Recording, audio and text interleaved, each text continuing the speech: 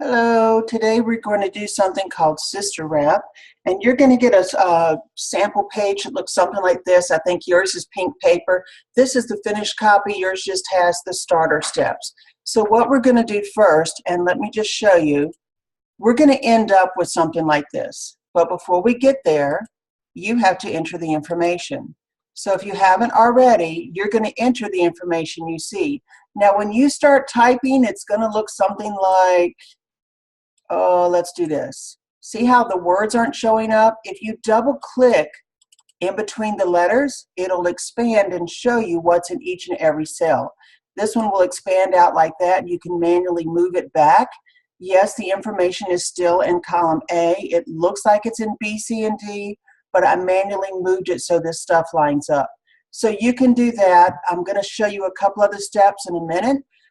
What I'm going to do is I'm going to leave it up to you guys to decide where you need to pause the tape. If I was in the classroom, I would show you a step, we would stop, you would do the step, show you a step, stop, do the step. But when I upload things to YouTube, I'm only allowed 15 minutes. So I'm going to go ahead and just do everything. You stop the tape where you need to stop it to get caught up and then restart it. If you have to watch it individually, these are public videos, and this one will be called Sister Wrap. Okay, so the first thing I'm going to do here after I've entered my information is I want to center the titles. So with my fat white plus sign, I'm going to click on A1 and take it all the way over to L1. On my Home tab, I'm going to click right here where it says Merge and Center. And I'm going to do the same thing, A2 to L2, Merge and Center. A3 to L3, Merge and Center. And A4 to L4, Merge and Center.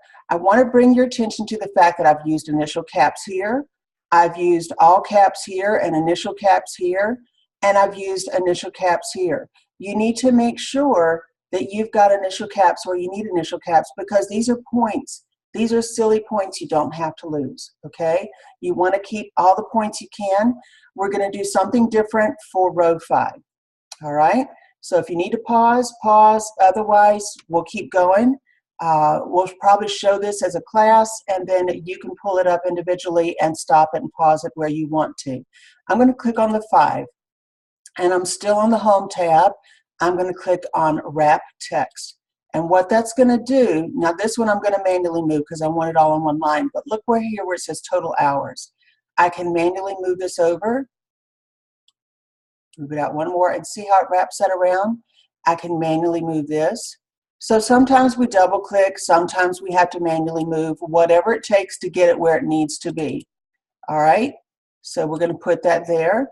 And now that looks a little better. We've got a little bit more information in a closed-in spot.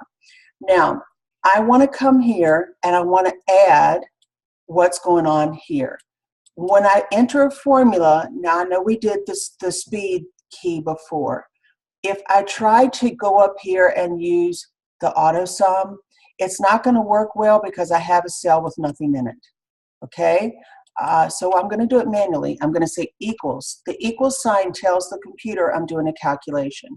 Equals sum means to add, so I'm going to type sum, open parenthesis, and then to make it easy, instead of trying to type the letters and numbers with the fat white plus sign, I'm going to highlight from B6 to G6. And when I press the enter key, it puts in that closing parenthesis for me.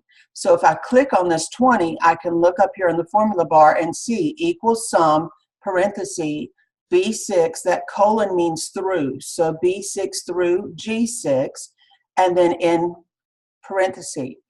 I don't have to do that same thing for each cell. I can do what's called a copy down. So see, I've got the fat white plus sign. If I come over here to the corner where this box is, it turns to a skinny black plus sign. So I'm going to click and drag, and when I let go, it automatically does the same calculation for each of these. So if you click on these, you can see your formula up here at the top. You're going to be submitting these into Canvas, and I will be able to open them and see if you used formulas. So please don't just add them in your head and put numbers. You need to use the formulas. If it requires watching the video over and over, you can certainly do that. Whatever you need to do to make it work. Okay, so we've got our total hours. We need gross pay. Gross pay is going to be the hours you worked times the pay rate, what you're getting paid. So I'm going to say equals, because I'm doing a calculation, click on H6 and see how it types it in there for you. Times is the asterisk on your numeric keypad, or if you're using the function keys, it would be, well, do shift and the number 8 and you'll get the asterisk, okay? I want to say times pay rate, so I'm just going to click on that. It types it in for me. I do not need to use the parentheses because I'm not doing a function. I'm doing a formula. Remember the difference in the PowerPoints. Formulas, you name each cell. Functions, you do a sum word and then put things in parentheses. So I press enter and it tells me 150. I need to make that look like dollars, but let's copy it down first. So I'm going to come over here to get the skinny black plus sign, copy it down while it's still highlighted. Come up here where it says general, change it to currency, and this means my cell's too narrow. Okay, so to make the cell wider, I come up here between the J and the K, double click and make it wider. Again, if you need to pause the tape, that's fine. Pause it, do what you need to do, come back and see the next step. For deductions, I'm going to say equals what's in cell J6 times, which is the asterisk, 0.27. That's a number they just gave me with the formula, so that's the percentage that they want to use, okay? Press enter. You should get 40.50, and it automatically calculates as currency because you have this formatted as currency. Copy that down. There's your answers for the next. Your numbers should be matching my numbers. I'm going to send a master copy to show you what the numbers are.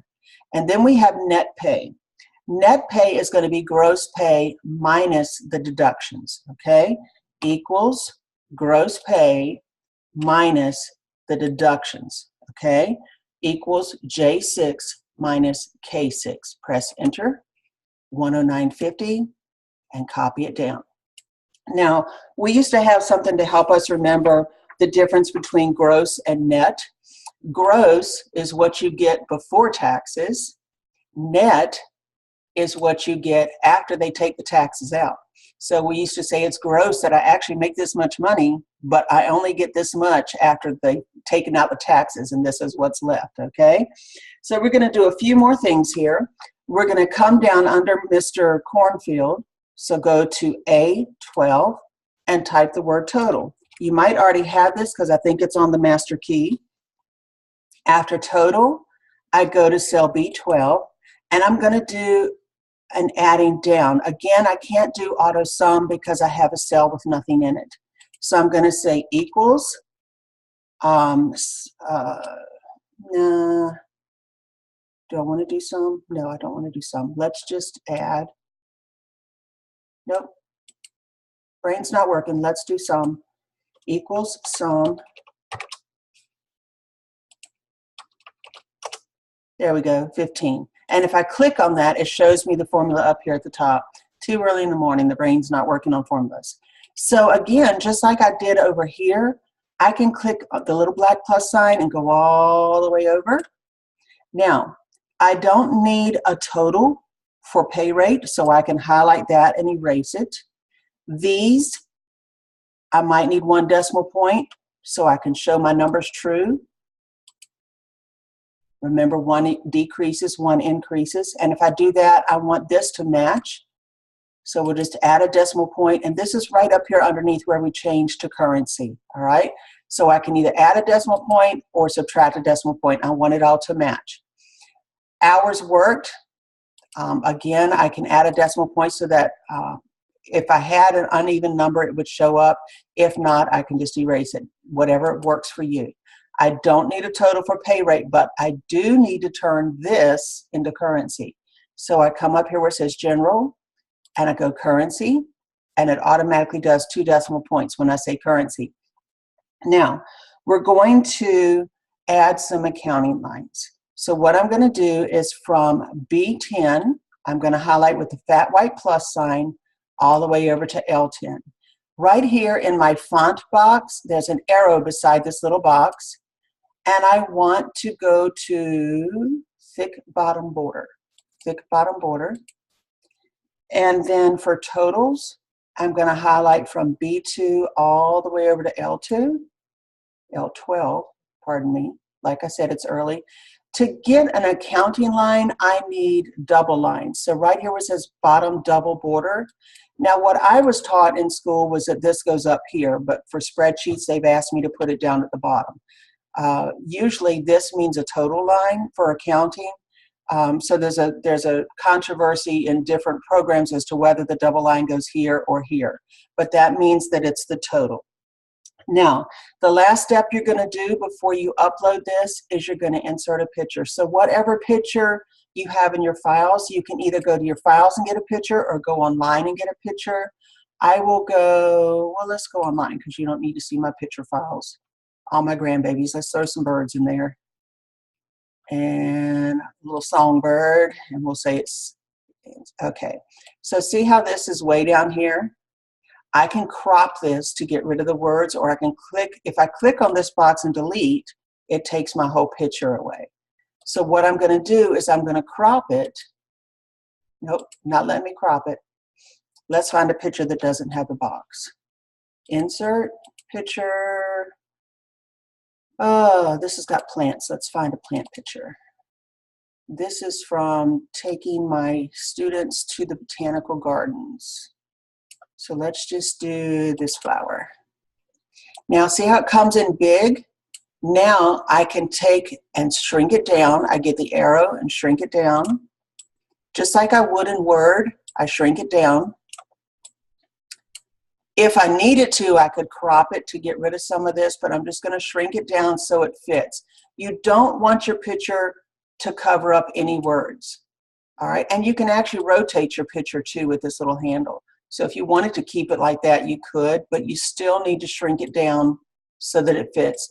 The whole point of this is to show you you can do different things. You can change the color of your letters. You can add pictures. You can add shading. Anything that you did in Word, you can do in spreadsheets, all right? So we've got that there. Now you're going to set your print area. So we're going to highlight from A1 to L1.